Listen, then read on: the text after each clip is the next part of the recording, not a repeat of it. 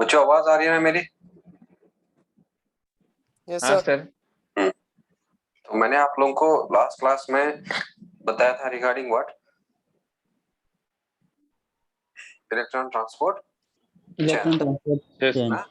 तो electron transport Yes, chain sir. में आप लोगों को बताया था मैंने कि 4 कॉम्प्लेक्सेस होता है और 4 कॉम्प्लेक्सेस में से फिर बताया था एक एसोसिएटेड होता है कॉम्प्लेक्स 5, और उस कॉम्प्लेक्स 5 को क्या कहते हैं हम लोग? ATP synthase. एटीपी सिंथेस कहते हैं, है ना। और फिर मैंने Yes. ईटीसी में आपको एक एनसीईआरटी वाला डायग्राम एक्सप्लेन किया था और उसको इजीली बता दो मुझे, कॉम्प्लेक्स 1 का नाम क्या है? NADH dehydrogenase. Very good, NADH dehydrogenase. Complex 2 का नाम क्या है? Succinate dehydrogenase. Very good, succinate dehydrogenase. Complex 3 का नाम? Cytochrome BC1 complex. Very good, cytochrome 4। ये कॉम्प्लेक्स 4 का नाम? Cytochrome oxide. Cytochrome oxidase. तो जरा मुझे आप लोग मोबाइल इलेक्ट्रॉन कैरियर का एग्जांपल बताओ। यूबिक्विनियन एंड हाँ साइटोक्रोम सर, सी। यूबिक्विनिन। हाँ very good, ubiquinone and cytochrome C. जरा कॉम्प्लेक्स 1 के बाउंड इलेक्ट्रॉन कैरियर्स का नाम बताओ। Sir एफएमएन and FMN and FSC iron sulphur complex उसको per कहते हैं, complex. Iron Yes, sir. Sulphur complex. जरा आप लोग मुझे कॉम्प्लेक्स 4 का ये बता दो, electron bound electron carrier. Copper cytochrome A, cytochrome A3, copper से पहले कॉपर ए से स्टार्ट करना है, कॉपर ए, फिर साइटोक्रोम ए, कॉपर सब। साइटोक्रोम ए3 और फिर कॉपर बी जो है स्टार्ट करना है। अब देखो हमें ये सारा चीज जो है हमने सीखा था रिगार्डिंग ईटीसी के बारे में, लेकिन अब ईटीसी के साथ जो है हमने हेडिंग करा था ऑक्सीडेटिव फॉस्फोराइलेशन, है ना। तो अब आप लोग क्या करें ना, उधर में सब हेडिंग कर लेना और लिख लेना oxidative phosphorylation.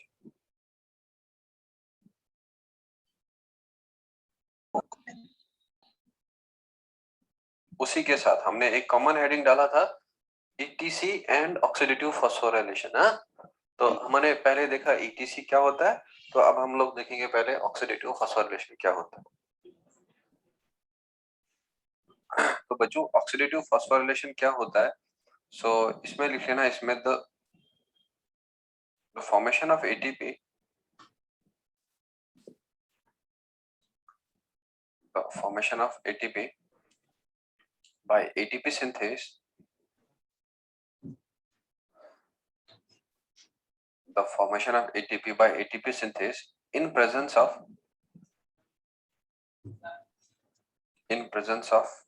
oxygen,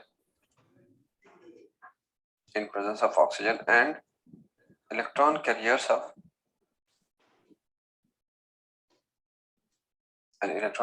of ETC. Electron carriers of ETC is called as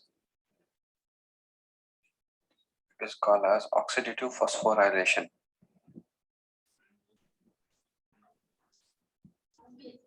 बच्चों अब बता दो मुझे सबस्ट्रेट लेवल और ऑक्सीडेटिव फॉस्फोराइलेशन के बीच में क्या डिफरेंस? सर डायरेक्टली जो एटीपी फॉर्म होता है उसको सबस्ट्रेट लेवल फॉस्फोराइलेशन वेरी बोलते गुड हैं। है। और जो ऑक्सीजन के प्रेजेंस में हो जाए और उसको क्या कहेंगे हम लोग? That is called as oxidative phosphorylation. और इस ऑक्सीडेटिव फॉस्फोराइलेशन के लिए ऑक्सीजन का बहुत जरूरत होता है और इलेक्ट्रॉन कैरियर्स का बहुत जरूरत होता है। विदाउट द इलेक्ट्रॉन कैरियर्स वहां पे पॉसिबल नहीं होगा। तो नेक्स्ट पॉइंट आप लिख सकते हैं उधर में, ऑक्सीडेटिव फॉस्फोराइलेशन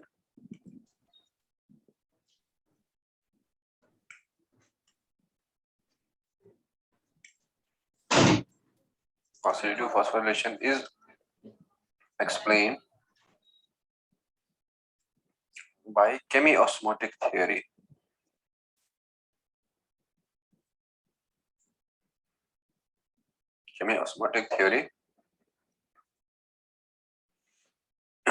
और यह लिख सकते हैं coupling theory.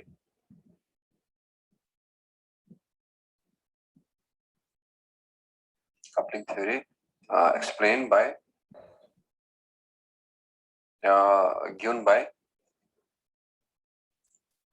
oxidative phosphorylation is explained by chemiosmotic theory or coupling theory, which is given by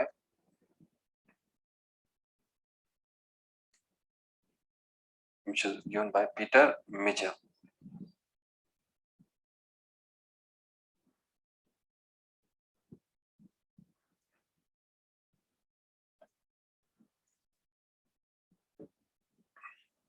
Are you done with this? Yes sir. Yes, sir. तो बड़ा इजी है ये, थोड़ा हम लोग लिखेंगे, लिखते लिखते थोड़ा सा आप आइडिया लेंगे और फिर हम लोग डायग्राम से पूरा 100% समझ लेंगे। तो क्या अब कौन सा थ्योरी से एक्सप्लेन होता है ये oxidative phosphorylation? Chemiosmotic theory sir. Osmotic theory जो है, और जो पीटर मिचेल ने दिया। अब Yes. देखो इस केमी ऑस्मोटिक थ्योरी के हिसाब से हमें क्या देखना है। देखो आप लोगों ने देखा कि जो कॉम्प्लेक्सेस हैं, complexes 1, complexes 3 and complexes 4, they also transport the proton from the mitochondrial matrix to what? For mitochondrial matrix to what? अरे कहाँ से पहले ट्रांसपोर्ट हो गया था proton? Matrix. Mitochondrial matrix sir बाहर इंटरस्पेस में sir. Very good, intermembrane space में। तो लिखो इसमें complex 1, complex 3 and 4 of ETC acts as proton pumps. Yeah. Also acts as, लिख सकते हैं आप, also acts as proton pumps, thus transports protons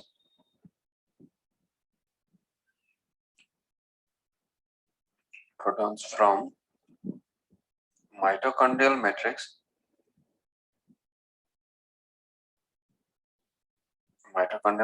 to inner membrane space या intermembrane space।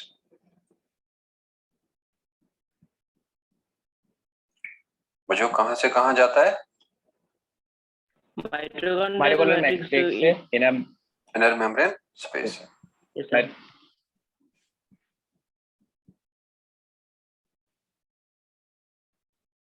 Clear?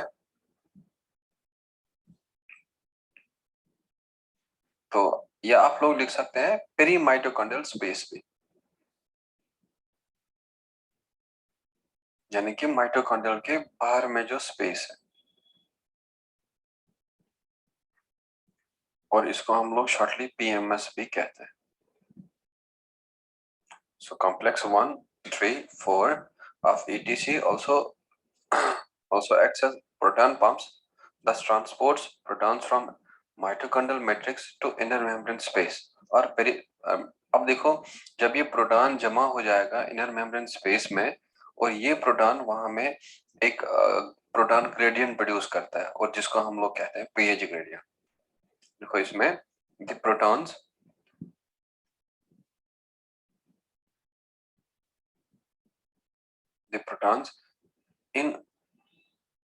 increases in inner membrane space।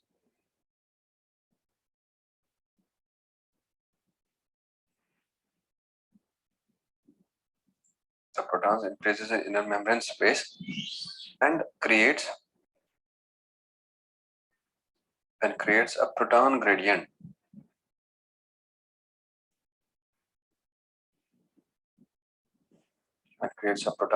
और बच्चों इस proton gradient को हम लोग पीएच ग्रेडियंट भी कहते हैं।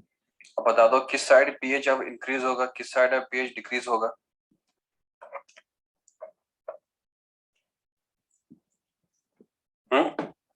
इनर मेम्ब्रेन में सर इंक्रीज होगा। इनर मेम्ब्रेन स्पेस में पीएच क्या होगा? डिक्रीज। और माइटोकॉन्ड्रियल मैट्रिक्स में क्या होगा? डिक्रीज। क्योंकि जहां प्रोटॉन ज्यादा जाएगा वहां पीएच क्या होता है? डिक्रीज। मगर लेस देन 7। और जहां प्रोटॉन का कमी होता है वहां पीएच क्या होता है? इंक्रीज, मतलब 7 से ज्यादा होगा। तो इसीलिए एसिडिक बनता है जहां प्रोटॉन ज्यादा होगा, और जहां प्रोटॉन कम होता है वहां बेसिक बनता है। तो वही इनर मेम्ब्रेन की तरफ जो है स्पेस, अब प्रोटॉन ज्यादा बना और माइटोकॉन्ड्रियल मैट्रिक्स में कमी हो गया, तो वो चेंज जो प्रोटॉन का हो उसको प्रोटॉन ग्रेडियंट कहते हैं, और प्लस वो ले जाएगा पीएच ग्रेडियंट। और जब ये चेंज होगा प्रोटॉन ग्रेडियंट तो ऑटोमेटिकली वहां में इलेक्ट्रिकल पोटेंशियल भी चेंज होगा। तो क्या लिखा आप लोगों ने, क्रिएट्स प्रोटॉन ग्रेडियंट एंड या as well as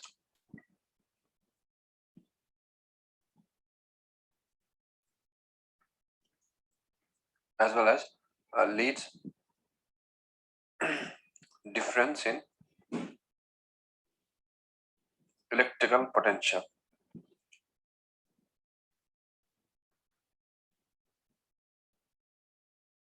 The proton increases in membrane space and creates proton gradient as well as leads difference in electrical potential, और electrical potential मतलब होगा difference in charge।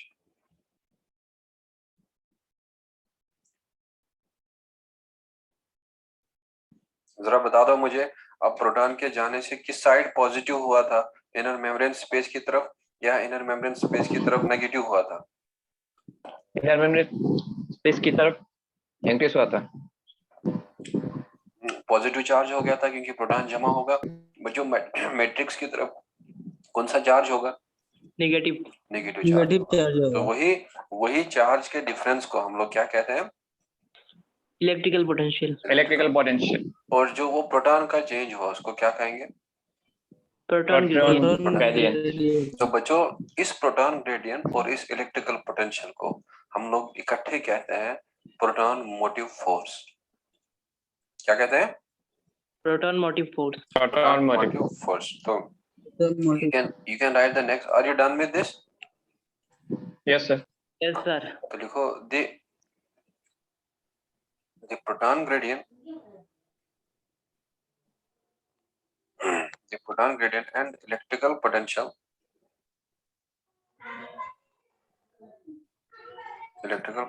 are collectively called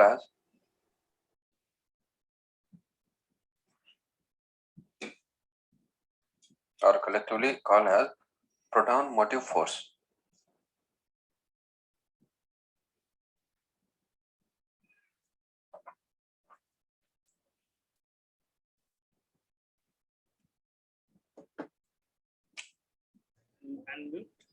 collectively called as proton motive force।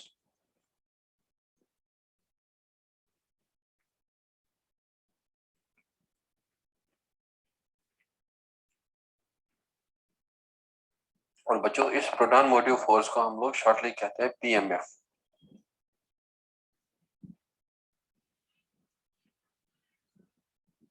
PMF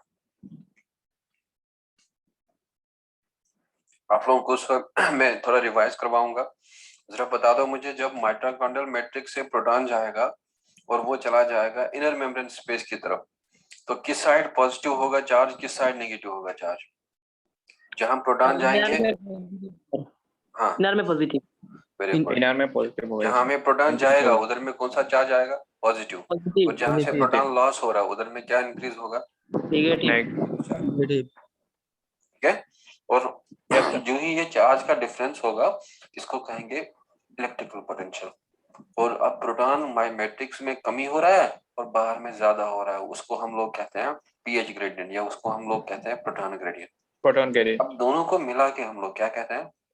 proton motive force. तो बच्चों ये proton motive force क्या करेगा, अब इन proton को इनर मेम्ब्रेन स्पेस में रहने नहीं देगा और ये इनको वापस भेजेगा मैट्रिक्स में, और through the F0 particle of the ATP synthase. तो देखो next point, proton motive force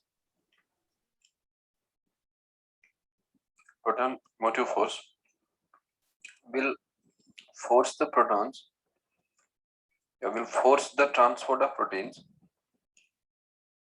will force the transport of protons back to mitochondrial matrix.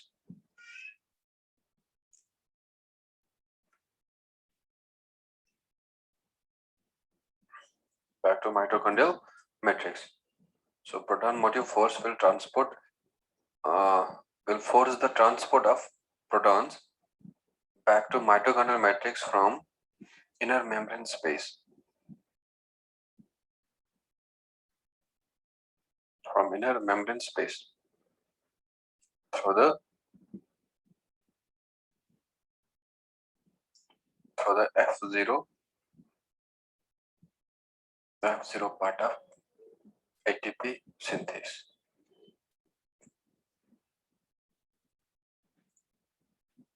Clear? Yes, sir. अब बच्चों जब भी ये प्रोटॉन अब वापस आएंगे और ये ना हेल्प करते हैं एटीपी के सिंथेसिस में, सो इसमें लिख लेना proton transport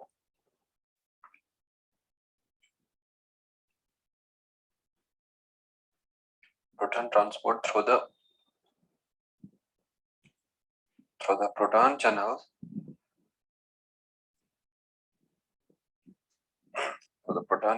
of F0. Proton transport through the proton channels of F0 helps in formation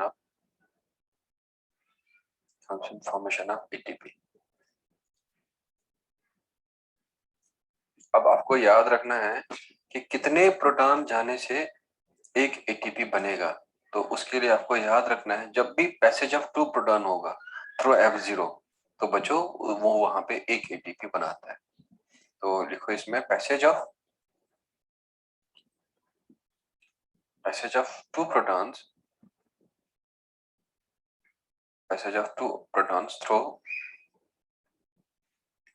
through F0 helps in formation of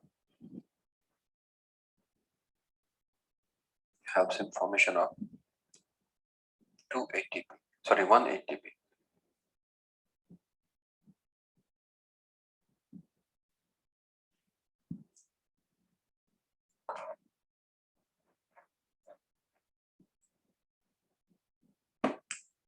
तो अब मैं आप लोगों को थोड़ा एक एनसीईआरटी का डायग्राम को एक्सप्लेन करता हूँ। देखो बच्चों, ये हम लोग यहाँ पे मेम्ब्रेन लेंगे और ये हम लोग मानेंगे कि ये इनर मेम्ब्रेन है इधर माइटोकॉन्ड्रिया का, और इस इनर मेम्ब्रेन में sir acidic not sir, inner membrane sir acidic not sir, because negative charge is more.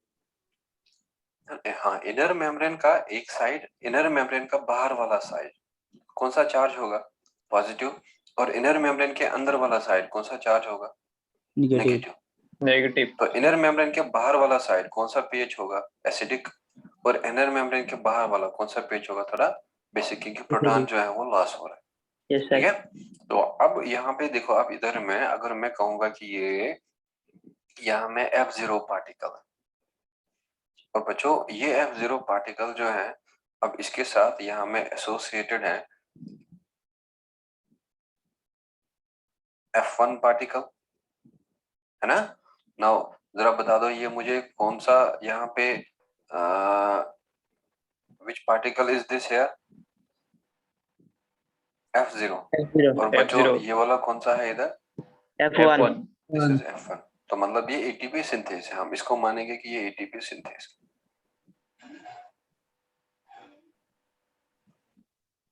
और ये मेम्ब्रेन जो है इधर में, और इसको मानेंगे हम ये इनर मेम्ब्रेन है। And this is the inner mitochondrial membrane.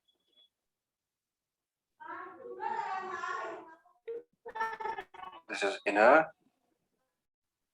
mitochondrial membrane.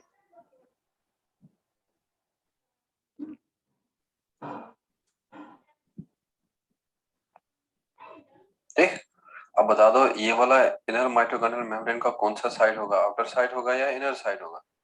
Outer side. Outer side. और ये वाला जरा बता दो ये कौन सा साइड होगा? ये इनर साइड होगा। Inner side. So this will be outer side and this will be which side? Inner side. Inner. अब बताओ इस इनर साइड को क्या कहेंगे हम? मैट्रिक्स। मैट्रिक्स। और इस आउटर साइड को क्या कहेंगे हम? Space sir. Inner membrane space. क्या कहेंगे? Inner membrane space. Inner membrane space. अब समझ गए ना। तो अब देख लो यहाँ पे थोड़ा सा ये टफ है, मैंने आपको पहले ही कहा। तो लेकिन बड़ा इजीली हम लोग इसको खत्म कर लेंगे।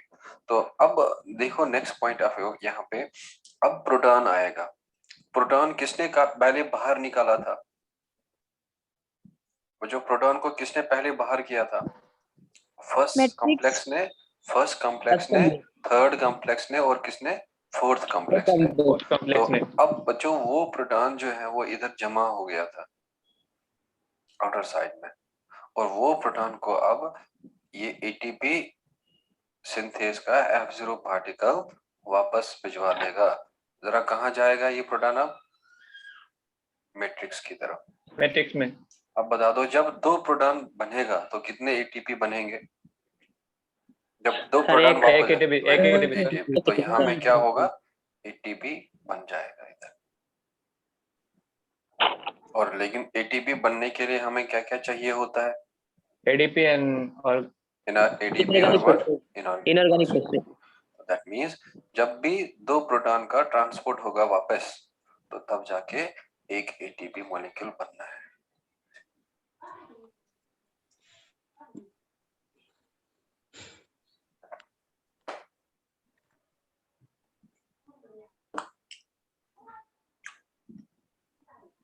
Are you done with this? Yes sir. तो अब आप लोग जरा जो लास्ट डायग्राम बताया था मैंने प्रीवियस क्लास में, जरा Yes, उसमें sir. बता दो मुझे, कॉम्प्लेक्स 1 कितने प्रोटॉन ट्रांसपोर्ट करता है? 4 सर। 4, very good. 4 और sir. Complex third? 4 sir. 4 sir. 4। और कॉम्प्लेक्स फोर्थ? 2 सर। 2 सर। चलो, should I move to the next slide? Yes sir. तो इसमें आप लिख लीजिए next one, complex first, complex third and complex 4 of ETC transports 4 protons, 4 protons and 2 protons respectively। हो सकता है उस डायग्राम से कभी कभार क्वेश्चन अराइज हो जाए। क्लियर? Yes yes. सर। अब बता दो आप लोग मुझे, कौन सा कॉम्प्लेक्स जो है ETC का proton channel, proton pump act नहीं करता? Sir 2 2 sir. सर। तो लिखो next point, complex 2 second of ETC does not act as proton pump and thus does not transport protons।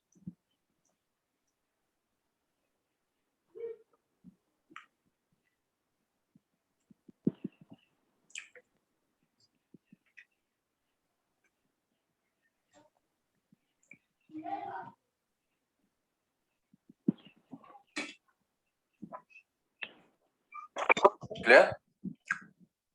Yes sir. तो अब देखो बच्चों, मैं आप लोगों को वो दूसरा जो ऊपर में हमने लिखा था उसको थोड़ा सा डायग्रामेटिकली मैं एक्सप्लेन कर दूंगा।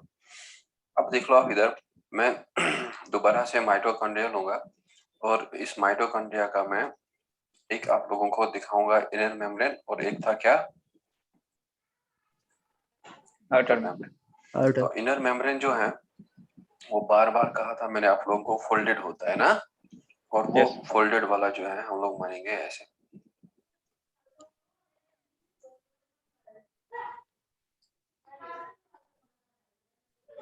और जो ये फिंगर लाइक प्रोजेक्शन है ना माइटोकॉन्ड्रिया के, और इन फिंगर लाइक प्रोजेक्शन को हम लोग क्रिस्टे कहते हैं। What are they called as? Cristae. ये वाला, these finger like projections and they are called as cristae. और बच्चों इन्हीं क्रिस्टे के ऊपर जो है F0 F1 पार्टिकल होता है। एक को क्रिस्टा कहेंगे और बहुत सारों को क्रिस्टे कहेंगे। अब यहाँ देख लो आप, ये वाला मैं यहाँ में आप लोगों को कॉम्प्लेक्स 1 बता दूंगा, और ये वाला हम लोग कॉम्प्लेक्स 3 बना लेंगे। ये वाला हम लोग कॉम्प्लेक्स 2 बना देंगे और ये वाला हम लोग कॉम्प्लेक्स 4 बनाएंगे। थोड़ा सा एक डायग्राम में आपको दिखाया है, उसी को थोड़ा मॉडिफाई करेंगे। अब बच्चों बता दो मुझे, इससे कितने प्रोटॉन बाहर आता है? इससे 4 सर। वेरी गुड, 4 है ना। हाँ जरा सर, इससे कितना आता है? 4 सर। 4 प्रोटॉन। इससे प्रोटॉन नहीं आता है ना, 2। तो हाँ सर, इससे 2 जरा बता दो इससे कितना प्रोटॉन आता है? 2 2 सर। 2। 2 प्रोटॉन। अब ये प्रोटॉन जो है यहाँ में जमा हो जाएगा, और जब जमा होगा, अब बता दो मुझे, ये जो माइटोकॉन्ड्रिया का ये वाला साइड है, क्या इस पे अब पॉजिटिव चार्ज आएगा या इस पे अब नेगेटिव चार्ज आएगा? Positive charge sir. Positive sir. Charge, और यहाँ में नेगेटिव नेगेटिव चार्ज नेगेटिव। आएगा। तो दैट मीन्स यहाँ में क्या आएगा? Positive positive. चार्ज, और यहाँ में क्या आएगा? Negative charge. नेगेटिव। हाँ, तो ये इसको हम लोग कहते हैं इलेक्ट्रिकल ग्रेडियंट। और जब ये प्रोटॉन ज्यादा होगा और ये इलेक्ट्रिकल ग्रेडियंट और ये प्रोटॉन इकट्ठे, जरा बता दो मुझे कौन सा फोर्स यहाँ जनरेट करेंगे? PMF sir. Proton PM motive force. Proton motive force. तो अब फोर्स देखो सर। बच्चों, इसमें जो ये क्रिस्टा है, इसमें प्रेजेंट होगा हम लोग का माइटोकॉन्ड्रिया में F0 F1 पार्टिकल। ये मानूंगा मैं, ये F0 है इधर, और बच्चों ये मानूंगा मैं क्या है इधर, ये F1। F1 है। F1। अब ये प्रोटॉन्स जो इधर थे और ये प्रोटॉन अब वापस आएंगे, जरा किसके थ्रू वापस आएंगे? F0। F0 के F0। थ्रू। तो अब यहाँ पे प्रोटॉन वापस आने लगे, और ये वाला जो है ये हमें अब एटीपी बनाएगा।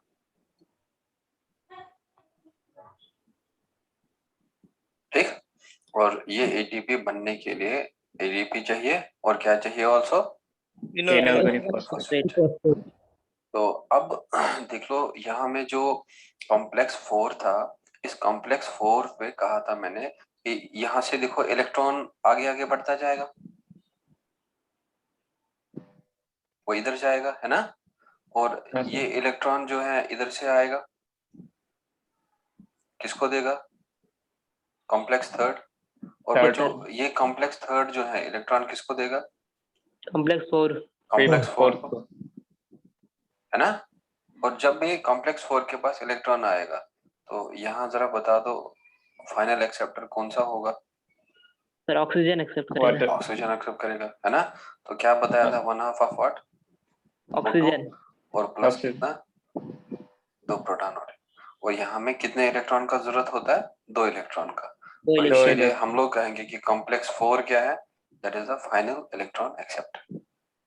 और इस हाइपोथेसिस को हम लोग कहते हैं पीटर मिचेल हाइपोथेसिस, या कहते हैं इसे chemiosmotic hypothesis. Yes sir. Now tell me what this gradient is here? Positive. हाँ, वेरी गुड, पॉजिटिव चार्ज है। तो इकट्ठे क्या कहेंगे इस पॉजिटिव नेगेटिव को? क्या कहेंगे? Electrical electrical potential. Potential. Potential. और अगर हम इन प्रोटॉन को खाली लेंगे तो इसको क्या कहेंगे? प्रोटॉन ग्रेडियंट कहेंगे। Yes and sir. Now this is which space here? Inner membrane. Membrane. और अब एक प्रोटॉन, अगर यहाँ से एक एटीपी बन रहा है, तो कितना प्रोटॉन वापस आना चाहिए? 2 दो। प्रोटॉन। 2 प्रोटॉन वापस आना चाहिए। And this is the matrix. Now you can draw this diagram. और इस डायग्राम में आप लोग नीचे लिख लेना chemiosmotic hypothesis. Figure is chemiosmotic hypothesis.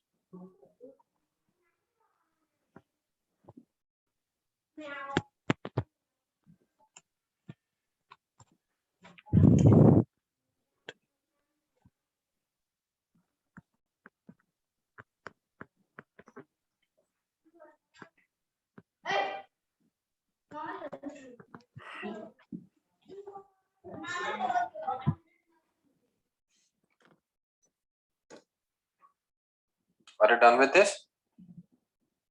Yes sir. हाँ, तो अब आप लोगों को याद रखना है कि जो ये NADH जो यहाँ पे बना था, ये वाला यहाँ से तो NADH ही बना था ना बच्चों, इधर इधर। यस हाँ सर। सर। और ये NADH जरा बता दो किसमें बना था? माइटोकॉन्ड्रिया में। और ये माइटोकॉन्ड्रिया में बना था और लेकिन प्रोड्यूस क्या करा था? NAD positive. NAD अब पॉजिटिव। बता दो जो साइटोप्लाज्म में NADH बनता है तो उसका इलेक्ट्रॉन कैसे चला जाता है इधर में मैट्रिक्स में? सर हाँ,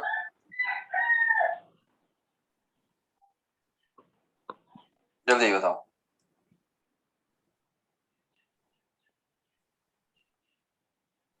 सर चलो क्या अब समझे नहीं सर।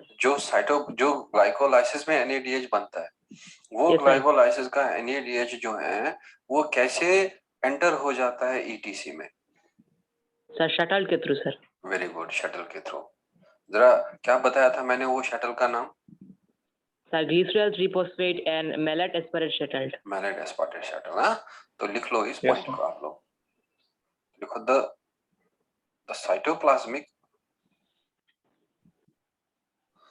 साइटोप्लाज्मिक और या ग्लाइकोलाइटिक the cytoplasmic या glycolytic NADH is introduced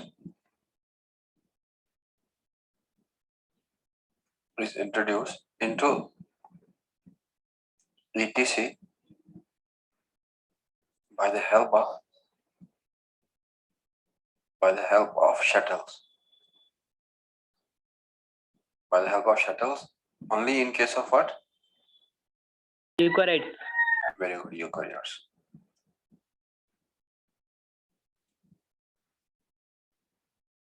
तो अब याद ज्यादातर आप लोग याद रख लेना, जो ग्लाइसरॉल फॉस्फेट शटल ही प्रेजेंट होता है और मैलेट एस्पार्टेट शटल बहुत ही कम जगह में प्रेजेंट होता है। वो हमारे लीवर में होता है, वो हमारे किडनी में होता है और वो हमारे हार्ट में होता है। तो यहाँ में हो सकता है कभी पूछा जाए तो मैं आप लोगों के नॉलेज के लिए बता दूंगा यहाँ पे। तो लिखो ग्लिसरॉल फॉस्फेट शटल या glycerol three phosphate shuttle, glycerol three phosphate shuttle is common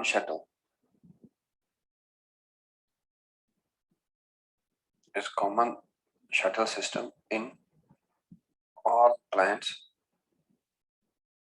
तो बच्चों हमारे नर्व्स में जो है, एनिमल्स के नर्व्स में, और लिख सकते हैं मसल्स में।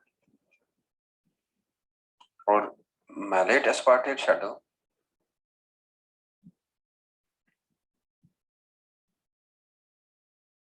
Mallet aspartate shuttle is present only in, जैसे हार्ट में प्रेजेंट होता है, जो जैसे किडनी में प्रेजेंट होता है और जैसे लिवर में प्रेजेंट होता है। बताओ यूजुअली कितना ATP बनता है? अब ग्लूकोज है, क्या 36 बनेगा या 38 ATP बनेगा? 36 सर। 36 sir. 36 बनेगा। तो इसीलिए आप लोग याद रख लेना, ग्लाइकोलाइसिस में कहीं पे भी डायरेक्ट ऑक्सीजन का रोल है ही नहीं। जरा क्या कहा मैंने? डायरेक्ट ऑक्सीजन का रोल। ग्लाइकोलाइसिस में कहीं पे भी ऑक्सीजन का रोल नहीं है, लेकिन क्रेब्स साइकिल में भी डायरेक्ट रोल है नहीं, इनडायरेक्ट रोल है। और बच्चों ETC में बिल्कुल ऑक्सीजन का डायरेक्ट रोल है। Yes sir. ठीक है, तो आप लिख सकते हैं वहां में there is no role of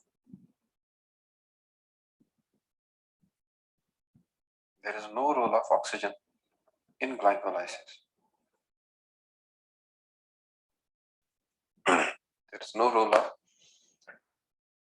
oxygen in glycolysis। So oxygen plays indirect role in Krebs cycle, as oxygen helps in regeneration of, link reaction में नहीं करता है क्या सर? लिंक रिएक्शन माइटोकॉन्ड्रिया के अंदर होगा ना, तो Yes, sir. वो NADH भी जो है वो कौन रिजनरेट करेगा? ऑक्सीजन ही। तो वो भी किस पे डिपेंड है? ऑक्सीजन पे।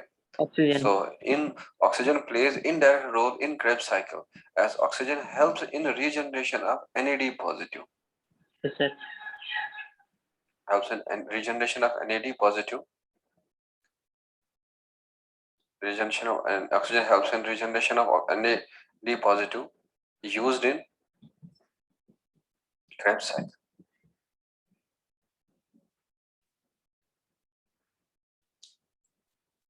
चलो मैं आप लोगों को इस पॉइंट को समझा देता हूँ। जरा बच्चों आप लोग बता दो मुझे, अगर ऑक्सीजन नहीं होता क्या ये NADH कन्वर्ट हो जाता है NAD पॉजिटिव में? No, sir. नहीं, नहीं है सर। ना? तो जब नहीं हाँ, होगा तो अगर बता दो जब NAD पॉजिटिव ही खत्म होगा क्या Krebs साइकिल हो पाएगा नेक्स्ट? नहीं, ETC ना? नहीं सर। हाँ, क्योंकि नेक्स्ट Krebs साइकिल के लिए क्या चाहिए? NAD positive. Yes, sir. और वो NAD पॉजिटिव कौन रिजनरेट कर रहा है? ETC। और ETC। ETC में Yes, sir. क्या चाहिए? ऑक्सीजन। तो ऑक्सीजन चाहिए। अब ऑक्सीजन डायरेक्टली यूज होता है ETC में, लेकिन Krebs साइकिल में डायरेक्टली यूज नहीं होता, नहीं होता। लेकिन इनडायरेक्टली यूज होगा। अब बता दो मुझे, क्या अब ऑक्सीजन के बगैर Krebs साइकिल हो पाएगा? No, sir. नहीं है। Thus in absence of oxygen, Krebs cycle, और यह लिख सकते हैं लिंक रिएक्शन में, link reaction will not occur. चलो अब अगर आपसे पूछा जाए कि इसमें डायरेक्ट रोल ऑक्सीजन का है? Sir ETC। ETC में सर। ETC में, ठीक है, तो लिखो oxygen plays direct role in ETC and oxidative phosphorylation.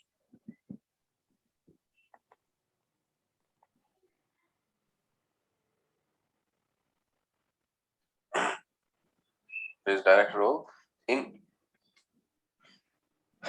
ETC and oxidative phosphorylation. अब कौन सा हाइपोथेसिस ने ATP फॉर्मेशन को एक्सप्लेन किया है? Chemo hypothesis. Chemiosmotic hypothesis. क्या? Hypothesis. Chemiosmotic. Chemiosmotic hypothesis. और किसने दिया है ये chemiosmotic hypothesis? Peter Mitchell ने। पीटर। बच्चों Yes. एक NADH कितने ATP के बराबर होता है? 3 ATP सर। 3 ATP। और एक FADH 2 ATP के बराबर। क्या ग्लाइकोलाइसिस में ऑक्सीजन का रोल है? नो नहीं। सर। नहीं है। क्या Krebs साइकिल बिना ऑक्सीजन के हो पाएगा? नहीं सर। नहीं हो पाएगा, कभी भी नहीं हो पाएगा। क्यों? क्योंकि ऑक्सीजन NAD पॉजिटिव का रिजनरेशन कराता है, और लेकिन ETC में डायरेक्ट रोल होता है ऑक्सीजन का। तो अब आप लोगों को नेक्स्ट वहां पे लिखना है कि इन जो इनहिबिटर्स इन कॉम्प्लेक्सेस का होता है, तो अब आप लोग हेडिंग कर लो वहां पे inhibitors of ETC and ATP synthase. ये में भी आपको क्वेश्चन पूछा जाता है, तो इसका बड़ा इजी है, कोई इतना टफ नहीं है। और मैं आपको इनहिबिटर का नाम बता दूंगा और इनहिबिटर के साथ साथ जो है फिर कैसे उसको यूज करना है। तो मैं यहाँ पे लिखूंगा कॉम्प्लेक्स 1 या कॉम्प्लेक्सेस लिखूंगा मैं,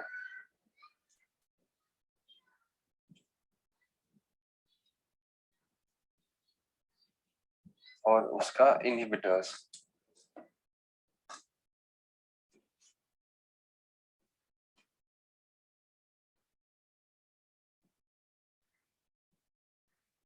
कॉम्प्लेक्सेस और देयर इनहिबिटर्स। तो बच्चों पहले हम लोग लेंगे कॉम्प्लेक्स 1,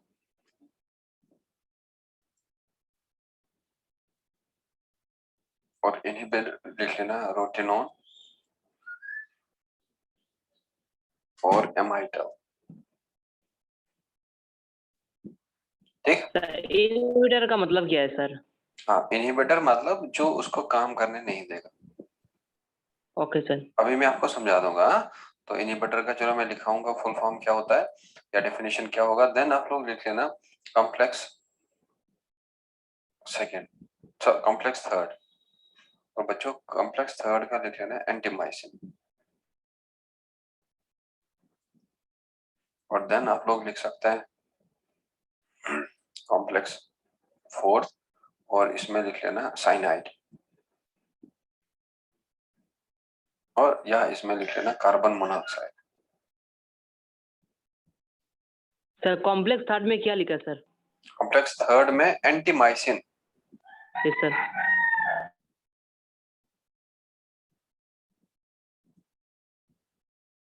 कॉम्प्लेक्स कार्बन मोनोऑक्साइड, और या ब्रैकेट में लिख देना CO, और इस साइनाइड के ब्रैकेट में भी आप CN लिख सकते हैं। और बच्चों फिर आप लोग लिख लेना कॉम्प्लेक्स 5 और वो लिख लेना ओलिगोमाइसिन।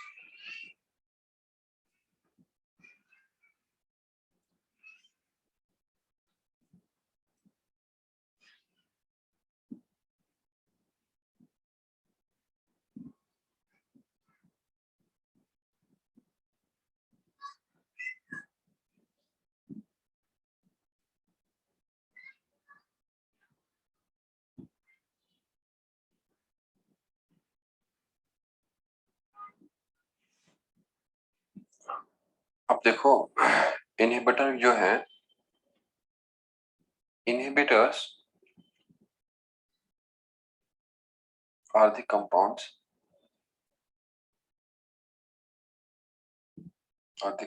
that stops या inhibits the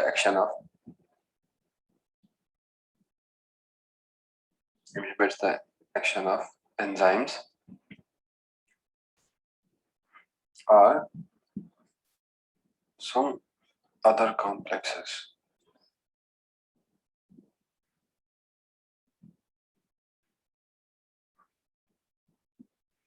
अब बच्चों अगर ये इनहिबिटर आएगा ना तो ETC में ATP नहीं बन पाएगा, और ये एक ऑर्गेनिज्म का डेथ भी लीड कर सकता है। तो लिखो 10 in presence of these inhibitors,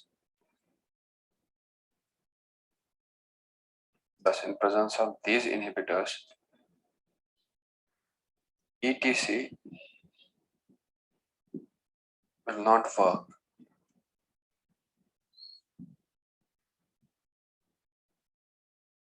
Thus, in presence of these inhibitors, ETC will not work and can lead inhibition of ATP synthesis, and can lead inhibition of electron transport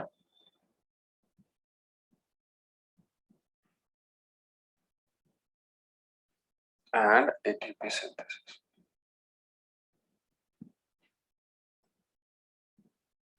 जरा बता दो मुझे, अगर रोटिनोन हम खिलाएंगे, जो रैट्स को मारने का दवाई होता है ना, और उसमें रोटिनोन होता है, जरा बच्चों अगर रैट ने रोटिनोन खाया तो क्या बंद हो जाएगा रैट का?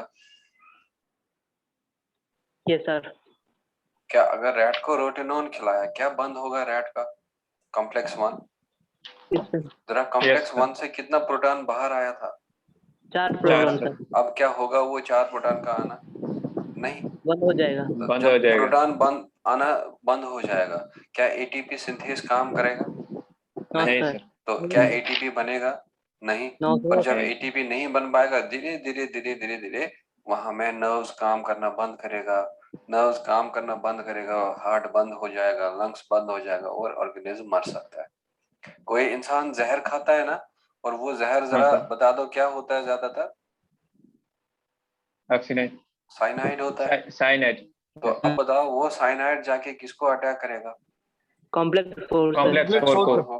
और कॉम्प्लेक्स 4 जरा बता दो मुझे किसका रिडक्शन करता था? ऑक्सीजन का, और ऑक्सीजन का रिडक्शन करके क्या बनाता था? वाटर। अब बता दो जिसमें साइनाइड खाएंगे ऑक्सीजन जाके भी क्या ऑक्सीजन यूज होगा?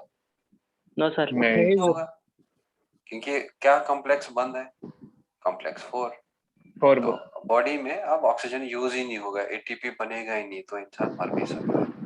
कभी कभार कार्बन का इनकम्प्लीट कंबशन होता है, तो कार्बन के इनकम्प्लीट कंबशन से क्या प्रोड्यूस होता है? Carbon carbon monoxide monoxide, carbon monoxide तो किसको इनहिबिट कर सकता है? कॉम्प्लेक्स 4 को। कॉम्प्लेक्स 4 को। और वहां पे ओलिगोमाइसिन एंटीबायोटिक है और जाके कॉम्प्लेक्स 5 पे अटैक करेगा, एटीपी सिंथेसिस को बनने नहीं देगा। तो इसीलिए याद रखना है, कॉम्प्लेक्स 1 का रोटिनोन एमाइटल, कॉम्प्लेक्स 3 का एंटीमाइसिन, कॉम्प्लेक्स 4 का साइनाइड और कार्बन मोनोऑक्साइड और कॉम्प्लेक्स 5 का होता है ओलिगोमाइसिन। लेकिन कुछ प्लांट्स हैं जैसे स्पाइनिच है और पाइसम है, तो उनमें ना एक अल्टरनेटिव साइटोक्रोम ऑक्सीडेज यूज होता है और वो अल्टरनेटिव साइटोक्रोम ऑक्सीडेज जो है वो वहां पे क्या करता है, वो फिर इनहिबिट नहीं होगा, तो उनको कहते हैं साइनाइड रेजिस्टेंट रेस्पिरेशन या उसको कहते हैं अल्टरनेटिव इलेक्ट्रॉन पाथवे। तो इसमें लिख लेना, नेक्स्ट पॉइंट लिख लेना, in some plants such as spinach and pisum। स्पाइनिच मतलब पालक, हाँ, और पाइसम मतलब मटर वगैरह होता है। In some plants such as spinach and pisum, cyanide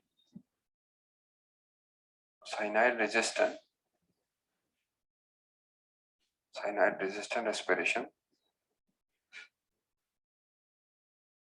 या alternative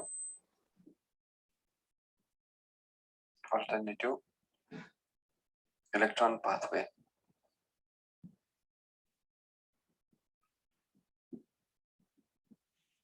in some plants such as spinach and pisum, cyanide resistant respiration or alternative electron pathway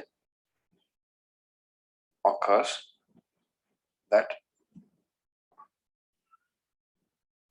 cyanide resistant pathway occurs as they use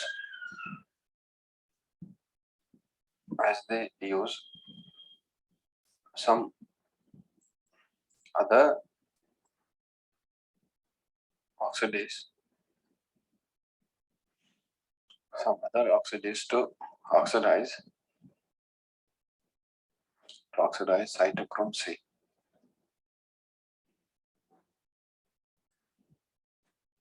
In some plants such as spinach and pisum, cyanide resistant respiration or alternative electron pathway occurs as they use some other oxidase to oxidize cytochrome C. बच्चों, cytochrome C को कौन oxidise करता था? 3 sir. Cytochrome C को कौन oxidise करता था? कौन सा कॉम्प्लेक्स? Complex 3 sir. ना, कॉम्प्लेक्स 4। Yes sir, complex 4। और फिर साइटोक्रोम C जब ऑक्सीडाइज होगा वो इलेक्ट्रॉन किसको देता था? ऑक्सीजन को। और ऑक्सीजन क्या बनता था? वाटर। और अब जाके जो अगर साइनाइड जो होगा, उस साइनाइड ने किसको इनहिबिट किया? साइटोक्रोम ऑक्सीडेज को। लेकिन पाइसम और स्पाइनेज में अल्टरनेटिव ऑक्सीडेज यूज होता है और इसीलिए हम लोग उसको कहते हैं साइनाइड रेजिस्टेंट रेस्पिरेशन। क्या कहते हैं? Cyanide resistant. तो यहाँ पे लिख सकते हैं the normal, the usual भी लिख सकते हैं, the usual cytochrome oxidase,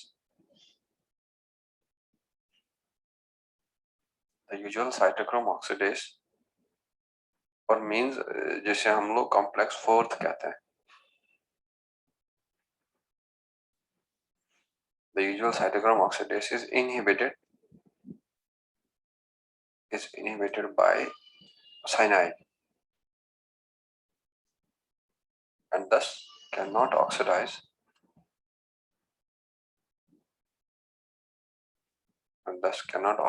cytochrome C.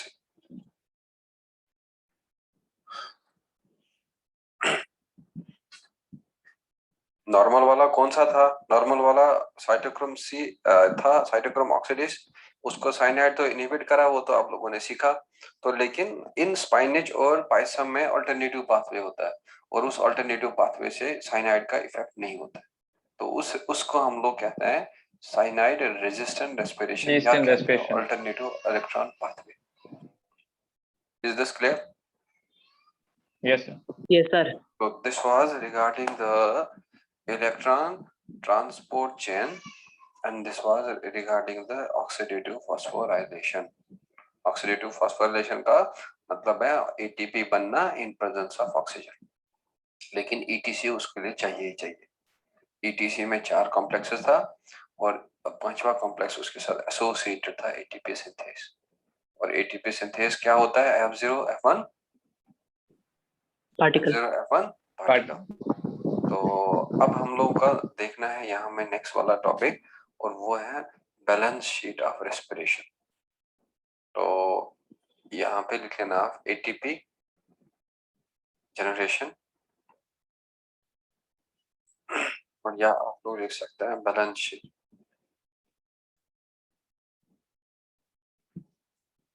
Of respiration. अभी तक मैंने आपको अलग अलग दिखाया था, ग्लाइकोलाइसिस का अलग, लिंक रिएक्शन का अलग, क्रेब्स साइकिल का अलग। तो अब हम लोग ईटीसी भी इन्वॉल्व करेंगे और ईटीसी में देखेंगे कैसा कैसा पाथवे ये होगा। तो बच्चों अब हम लोग इसमें सबसे पहले क्या करेंगे, यहाँ में हम लोग लेंगे रेस्पिरेशन के स्टेप्स क्या है। तो यहाँ में आप लोग लिखेंगे स्टेप्स ऑफ रेस्पिरेशन,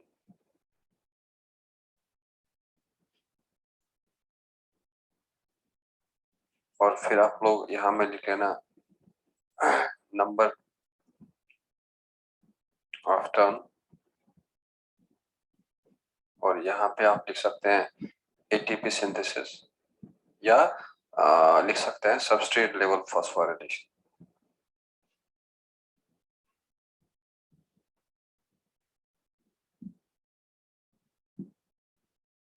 ठीक, और यहाँ पे लिख लेना ऑक्सीडेटिव फॉस्फोराइलेशन,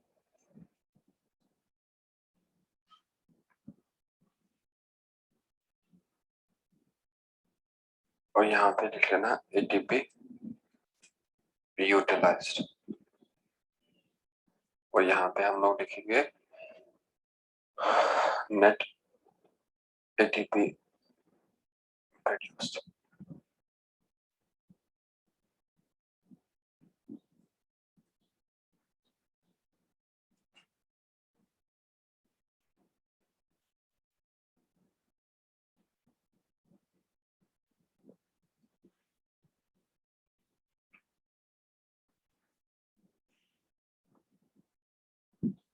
चलो बता दो मुझे, रेस्पिरेशन का अब क्या है पहला स्टेप?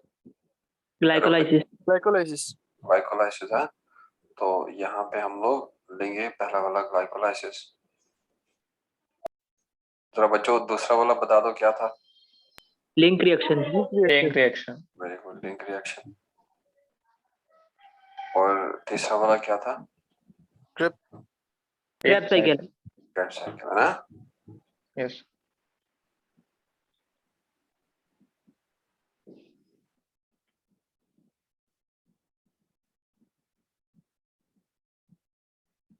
अब बता दो आप लोग मुझे, ग्लाइकोलाइसिस का रेस्पिरेशन के समय कितना टर्न होता है? 1 टर्न या 2 टर्न?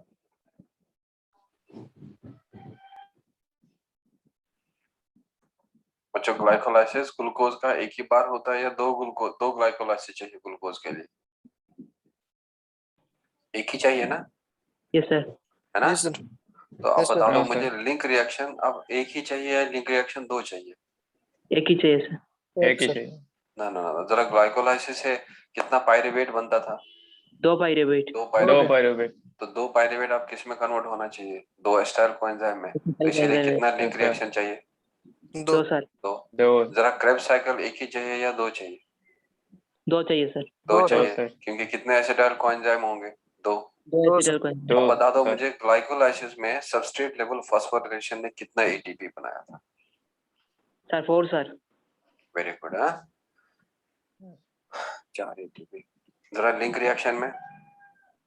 लिंक रिएक्शन में सर नहीं बना था। नहीं बना था। तो लिंक रिएक्शन हाँ, में आप 0 लिख देना।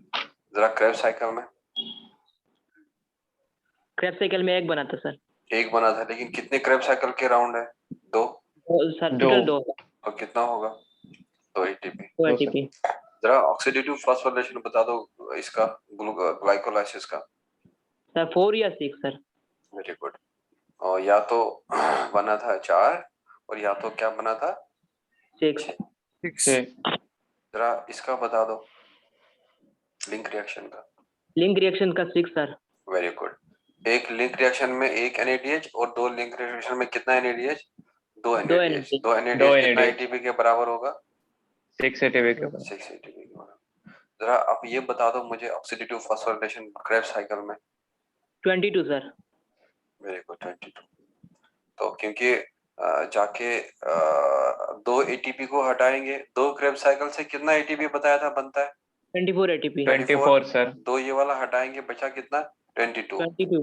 और वो जरा बता दो NADH कितना हुआ था क्रेब साइकिल में एक में? 3। तो Yes, दो sir. क्रेब साइकिल में कितना होगा? 6। 6 sir. इंटू 3 कितना हो गया? 18। 18 एक क्रेब साइकिल में कितना FADH बना था? एक। दो में एक। कितना बनेगा? 2। 2 तो 2 2 इंटू 2 कितना हो गया? 4। 18 4 प्लस 4 कितना हो गया? 22। 22 जरा ग्लाइकोलाइसिस में बता दो कितना ATP यूज हुआ था? 2 ATP यूज हुआ था। 2 सर। लिंक रिएक्शन में 0। 0 क्रेब 0 साइकिल में 0 0। अब बता दो नेट ATP क्या प्रोड्यूस हुआ था ग्लाइकोलाइसिस में? 6 और 8 सर। 6 और 8 6 और 8 है ना? तो ये 4 हो गया 8 और 8 को माइनस करेंगे 2 हो गया 6। ये 6 और 4 हो गया 10। 10 को माइनस करेंगे 2 हो गया 8। जरा लिंक रिएक्शन में क्या होगा नेट? 6 सर। 6। जरा इसमें क्रेब साइकिल में क्या होगा? 24 सर। 24 अब बच्चों बता दो मुझे अब यहाँ में टोटल कितना होगा? नेट 36 कितना और होगा? 38। 36 या 38 36 या 30 36 या 38। तो ये है रेस्पिरेशन अगर हम लोग लेंगे ग्लूकोज का। Are you done with this? Yes sir. Yes sir. अब बता दो मुझे अगर प्रोकैरियोट्स में एरोबिक रेस्पिरेशन हो गया, अगर प्रोकैरियोट्स में एरोबिक रेस्पिरेशन हो गया तो कितना ग्लूकोज मॉलिक्यूल, कितना एक ग्लूकोज मॉलिक्यूल से ATP बनेगा? 38 सर। हाँ 38 सर। Very good 38। क्यों? क्योंकि शटल नहीं होता सर। शटल ही नहीं होता। गुड। तो are you done with this? Yes sir. अब जरा कहाँ में बताया था मैलिड एस्पार्टेट शटल प्रेजेंट होता है? Eukaryote sir. कहाँ किसकी जगह में? Sir mitochondria. ना ना किसकी जगह में, किस किस ऑर्गन में? लीवर में, यस हार्ट सर। में और किडनी में। जरा बच्चों यूजुअली क्या होता है, कौन सा चैनल होता है usually? Sir glycerol 3 phosphate. Glycyl. अगर ग्लाइसिल्डिहाइड 3 फॉस्फेट शटल होगा, क्या अब ग्लाइकोलाइसिस से यूजुअली 36 ATP बनेगा या 38 ATP बनेगा? 36 सर। 36 बनेगा, है ना? तो अब आप नेक्स्ट पॉइंट लिख लेना यहाँ पे 10 during aerobic respiration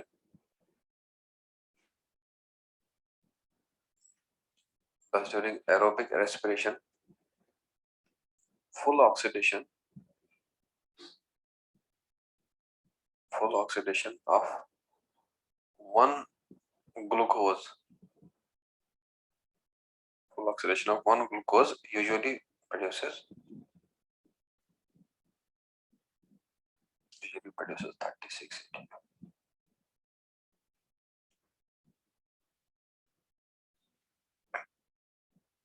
Clear? But in yes sir. कहाँ में? लीवर, कहाँ में और किडनी में, हार्ट और कहाँ किडनी में? हार्ट हार्ट में। किड It can produce कितना ATP? 36 38। तो इसमें लिख लेना due to absence of shuttles prokaryotes can produce prokaryote can produce 38 ATP due to absence of shadows. Prokaryotes can produce 38 ATP during aerobic respiration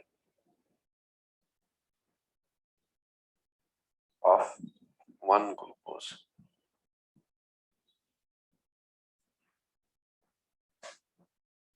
अब shuttle ही नहीं है, तो अगर उनमें होगा तो 2 वाला कहानी होगा ही नहीं, तो हमेशा कौन सा कहानी होगा, 2 वाला होगा या 3 वाला कहानी होगा? 3 वाला 3 वाला कहानी होगा, तो इसका मतलब है वहां पे हमेशा 38 एटीपी प्रोड्यूस होगा। Yes sir. तो ये था एरोबिक रेस्पिरेशन के 4 स्टेजेस। पहला था व्हाट, ग्लाइकोलाइसिस, सेकंड था व्हाट, लिंक रिएक्शन, तीसरा क्या था, क्रैब साइकिल, और चौथा क्या था, एटीसी। अरे गर्ल्स तो कुछ बोल ही नहीं रही है। गर्ल्स नहीं है सर। गर्ल्स का तो है, इसमें क्या गर्ल्स नहीं है इस बैच में? सर है सर। सर है। तो गर्ल्स को किस डॉक्टर ने बोलने से मना किया, वो बता दो मुझे। हाँ,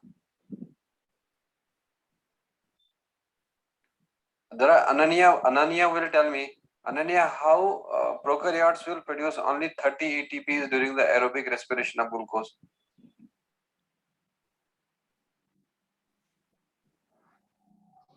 Ananya, Sir. हाँ. Yes, sir. Sir, please repeat the question. How the glucose molecule oxidation, the aerobic oxidation of glucose molecule in prokaryotes will always produce 38 ATPs. Sir, because shuttle is absent, sir. And if shuttles are absent, what will happen then in prokaryotes? So one NADH will produce always how many ATP? 3 ATP. And that means when 3 ATP it will produce, that will be equal to the 30 ATP total. चलो अब यहाँ पे दिया will tell me कि दिया जरा आप लोग बता दो मुझे कि ATP सिंथेस को कौन सा कंपाउंड इनहिबिट कर सकता है? ATP सिंथेस को कौन इनहिबिट कर सकता है?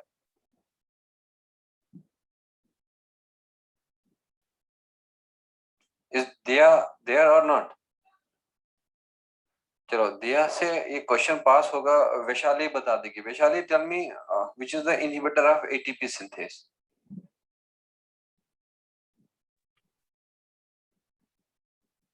Oligomycin. Very good, oligomycin. चलो अब नेक्स्ट जो बता देगा मुझे,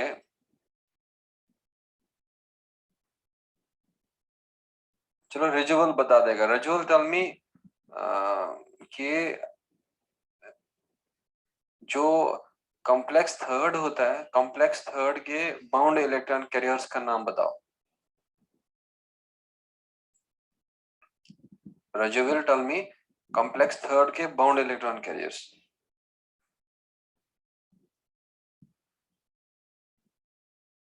रजुअल हक है उधर या नहीं है? चलो गुलजार आप बता दो मुझे कॉम्प्लेक्स थर्ड का bound electron carriers. No sir, cytochrome C1। चलो बेटा, तो आप लोग उसको याद कर लेना, धीरे धीरे पढ़ते रहना। कोई और टफ है नो डाउट, बड़ा लेकिन बड़ा कंसेप्चुअल है, बड़ा अच्छा चीज है। सीखेंगे तो हर कोई क्वेश्चन आप लोग खुद कर सकते हैं, और इस टॉपिक पे कंसेप्चुअल क्वेश्चन बनता है। तो ये था रिगार्डिंग एरोबिक रेस्पिरेशन। तो अब हमें जरा बच्चों क्या लिखना है अब नेक्स्ट वन? Anaerobic respiration. तो अब आप लोग हेडिंग कर लेना एनारोबिक रेस्पिरेशन, और इस एनारोबिक रेस्पिरेशन को हम लोग ऑल्सो कहते हैं fermentation.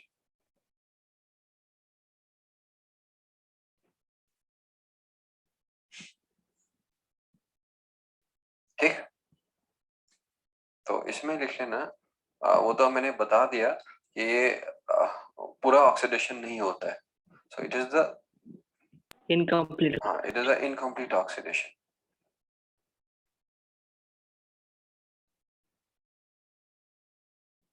It is an complete oxidation of a respiratory substrate.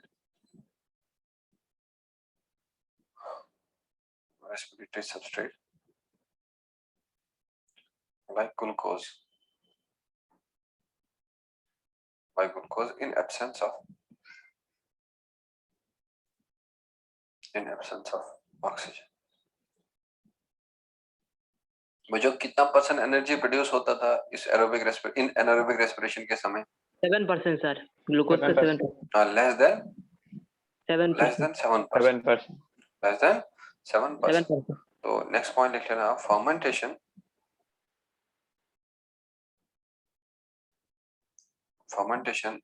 is of two types.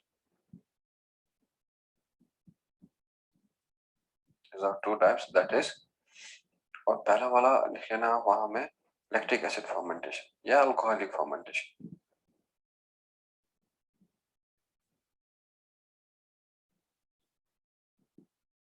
Alcoholic fermentation और सेकंड वन लिख लेना आप यहाँ में लैक्टिक एसिड फर्मेंटेशन या लैक्टेट फर्मेंटेशन भी लिख सकते हैं.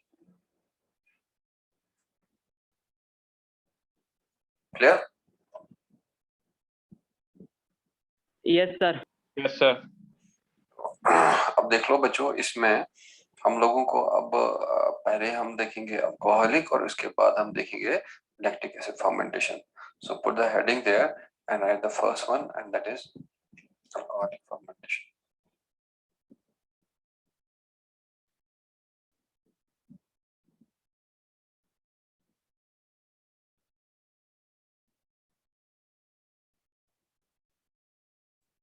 Sir, Yes?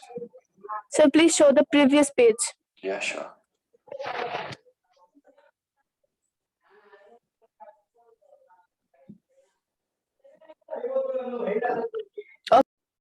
Okay, sir, thank you. तो इसमें आप लोग नेक्स्ट पॉइंट लिख लेना अल्कोहलिक फर्मेंटेशन, और अल्कोहलिक फर्मेंटेशन में लिख लेना it is the incomplete oxidation of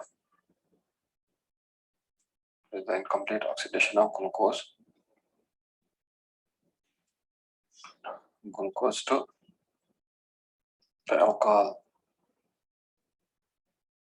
alcohol like ethanol.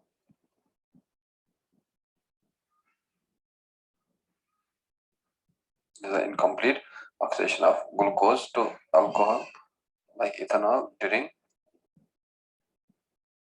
anaerobic conditions.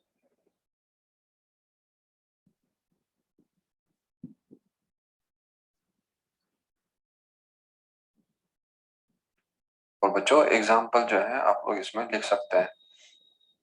जरा किसमें होता है ये अल्कोहलिक फर्मेंटेशन? ईस्ट के अंदर होगा. तो आप लोग इसमें ऐसे लिख सकते हैं कि अगर सपोज ग्लूकोज है, ग्लूकोज को हम लोग क्या कहते हैं? C6H12O6. और ये C6H12O6 जो है ऑक्सीजन के बगैर ब्रेक होगा किसमें? इथेनॉल में. और इथेनॉल क्या होगा? C2H5OH. और लेकिन कितने मॉलिक्यूल होंगे? दो मॉलिक्यूल. और प्लस कितने कार्बन डाइऑक्साइड बाहर आएंगे? 2 कार्बन डाइऑक्साइड. और प्लस एनर्जी. Yes sir. और प्लस एनर्जी में आप लोग कम से कम लिख लेना 59 किलो कैलोरीज. 2 ATP.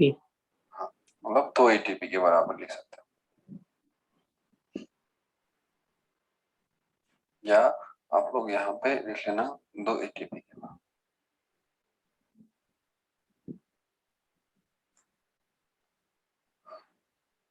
तो और जरा बच्चों, किसके अंदर, किस ऑर्गेनिज्म के अंदर होगा ये? Yeast sir. यीस्ट. और इस फर्मेंटेशन को क्या कहेंगे? Alcoholic fermentation. और ये वाला क्या है इधर? ग्लूकोज. और ये वाला क्या है इधर? इथेनॉल. और कौन सा अल्कोहल बनता है इसके समय? इथेनॉल. Ethanol sir. तो इसमें आप लोग लिख लेना कि इसमें 2 एंजाइम का यूज होता है। एक का नाम है पायरुवेट डिकार्बोक्सिलेज और एक का नाम है अल्कोहल डिहाइड्रोजनेज। तो यहाँ पे लिख सकते हैं आप pyruvate डिकार्बोक्सिलेज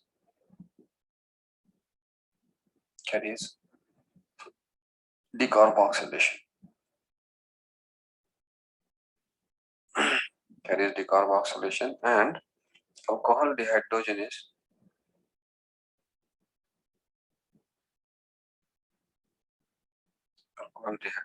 carries dehydrogenation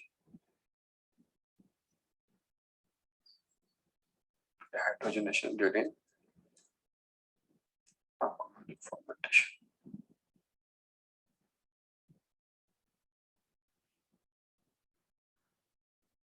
In alcoholic fermentation. तो बच्चों इसमें लिख लेना आप alcoholic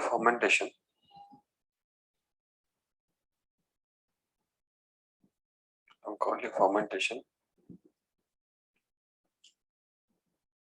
is hazardous और hazardous मतलब लिख लेना harmful। ठीक,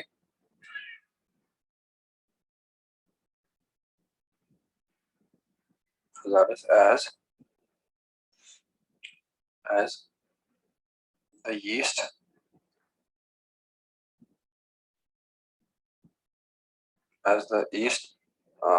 poison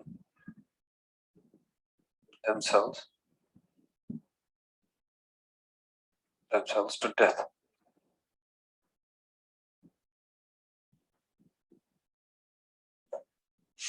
As the yeast poison themselves to death, as the alcohol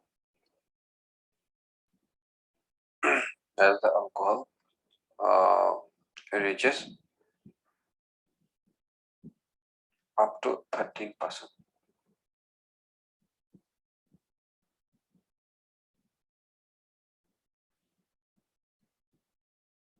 Clear?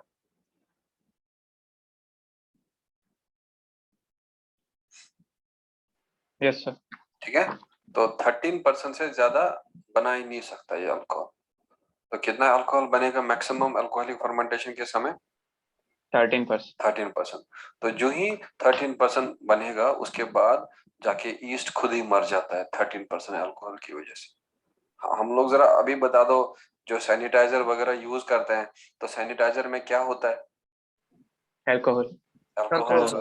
तो क्यों हम वो सैनिटाइजर लगाते हैं? क्योंकि अल्कोहल किसको मारेगा? वायरस वगैरह। अब धीरे धीरे जब ईस्ट में 13% अल्कोहल पहुंचता है और वो ईस्ट खुद ही मर जाता है। अब बताओ क्या ये अब बेनिफिशियल है ईस्ट के लिए या हजार्डस है ईस्ट के लिए? चलो मैं आपको ग्लाइकोलाइसिस बता दूंगा। ग्लाइकोलाइसिस के वही वाले स्टेप्स होंगे। मैं यहाँ ग्लूकोज स्टार्ट कर लूंगा बच्चों। जरा ग्लूकोज का क्या क्या अब स्टेप्स होंगे नेक्स्ट वन? सारे स्टेप्स वही होंगे। यस सर, सारे स्टेप्स वही होंगे। तो एक स्टेप जो है हम लोग यहाँ पे लेंगे फॉस्फोग्लाइसल्डिहाइड, या मैं आप लोगों को कहूंगा ग्लाइसल्डिहाइड 3-फॉस्फेट, जो भी आप लोग कहना चाहते हैं। तो यहाँ मैं कहूंगा ग्लाइसल्डिहाइड 3-फॉस्फेट।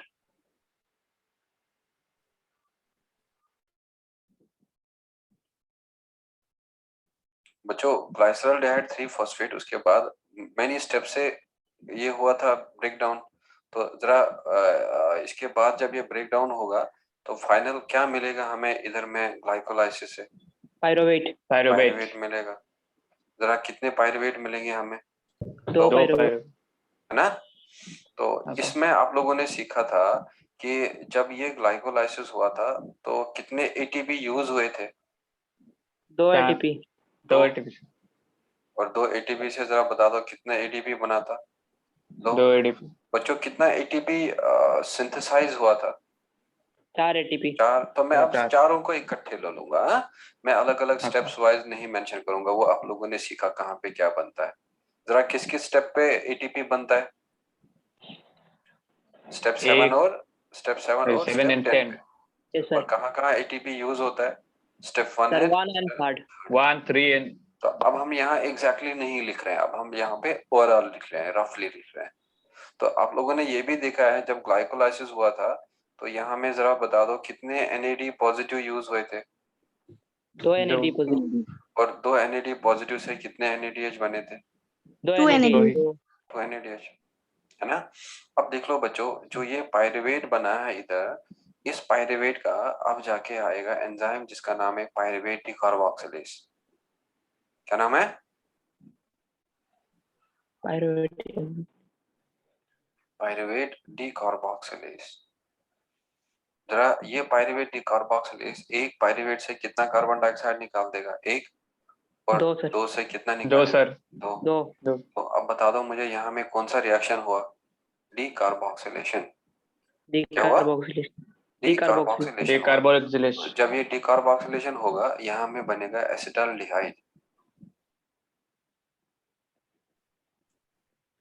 अगर आप लोग केमिकली लिखना चाहते हैं तो you can write like this. Pyruvate है तो पायरुवेट का स्ट्रक्चर कुछ इस तरह का होता है, COO नेगेटिव, और फिर होगा यहाँ C डबल बॉन्ड O, और फिर होगा यहाँ में CH3।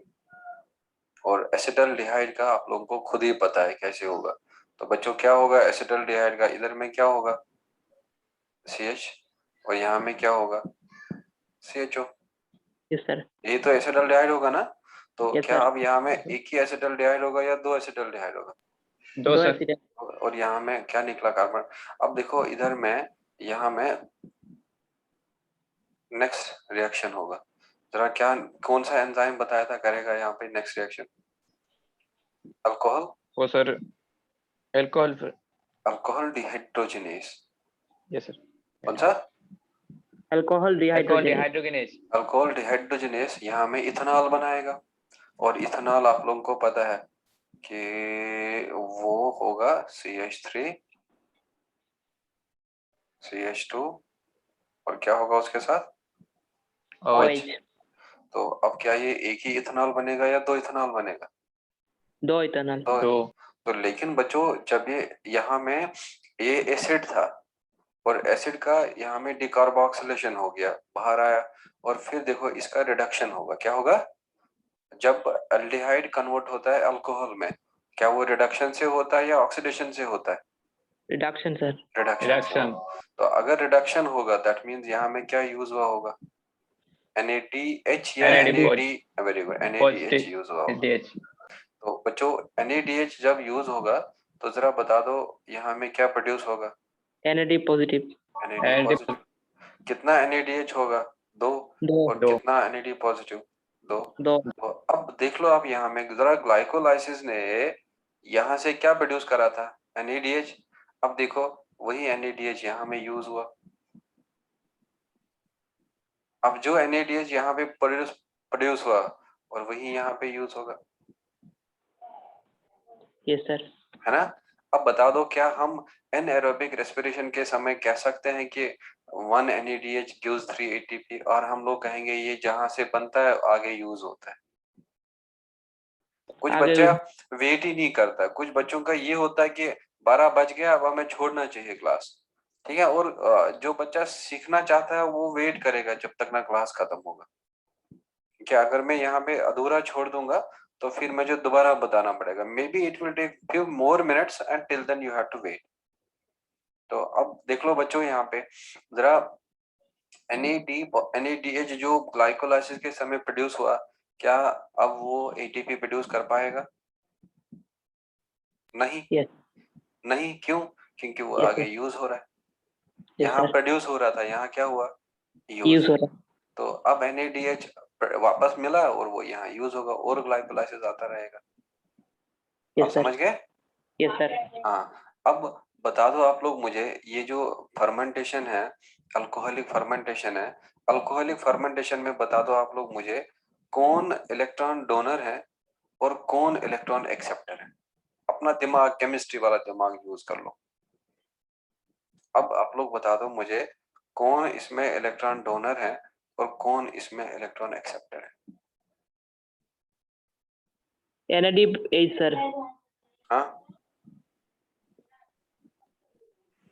चलो बता दो मुझे, यहाँ में ग्लाइसल्डिहाइड 3 फॉस्फेट, ग्लाइसल्डिहाइड 3 फॉस्फेट जब कन्वर्ट हुआ था 1,3 बिसफॉस्फोग्लाइसरिक एसिड में, हुआ था ना?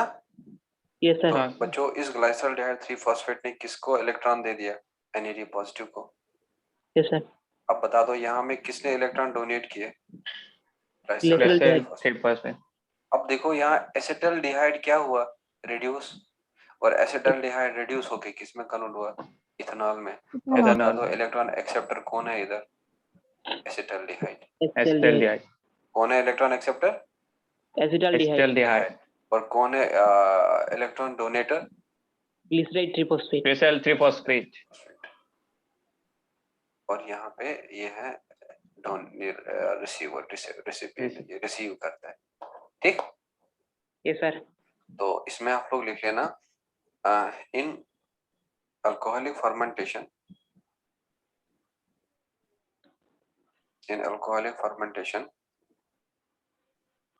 ग्लाइसल्डिहाइड 3 phosphate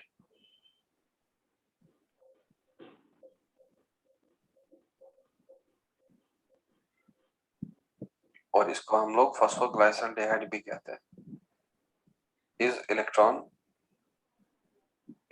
donor and acetaldehyde is electron acceptor.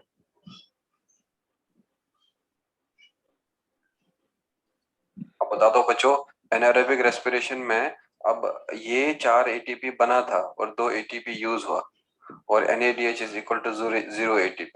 जरा बता दो 4 माइनस 2 ATP कितना हुआ? 2 सर। 2 ATP। तो नेट ATP 2 प्रोडक्शन सर। क्या होगा? 2 सर। 2। क्योंकि NADH आगे कहीं पे यूज ATP नहीं बनाएगा क्योंकि वो यहाँ प्रोड्यूस हुआ था, यहाँ यूज हुआ था। Yes sir. This is exactly the alcoholic fermentation, जहां में ये देखो ये NAD पॉजिटिव रिड्यूस हुआ है और रिड्यूस होके क्या बना है? NADH। तो अब इस NAD पॉजिटिव को किसने इलेक्ट्रॉन दिए? ग्लाइसल्डिहाइड ने। तो अब देख लो बच्चों, ये एसिटल्डिहाइड रिड्यूस हुआ है, क्या बना है? इथेनॉल। तो इस एसिटल्डिहाइड को किसने इलेक्ट्रॉन दिया? NADH। दैट मींस अब बता दो मुझे एरोबिक रेस्पिरेशन में किसने फाइनली इलेक्ट्रॉन एक्सेप्ट किया था? Oxygen sir. ऑक्सीजन ने। किसने? ऑक्सीजन। यस। और ऑक्सीजन। लेकिन यहाँ में फिलहाल देखा हमने एसिटल्डिहाइड ने एक्सेप्ट किया। एसिटल्डिहाइड। चलो इसमें कोई डाउट तो नहीं है? नो नहीं सर। सर। चलो आप इसको रिवाइज करते रहना और बाकी मैं आपको नेक्स्ट क्लास में बता दूंगा। ठीक है? Okay sir. Thank you sir. हाँ sir. Thank you sir. Thank you sir. Bye sir. Bye sir.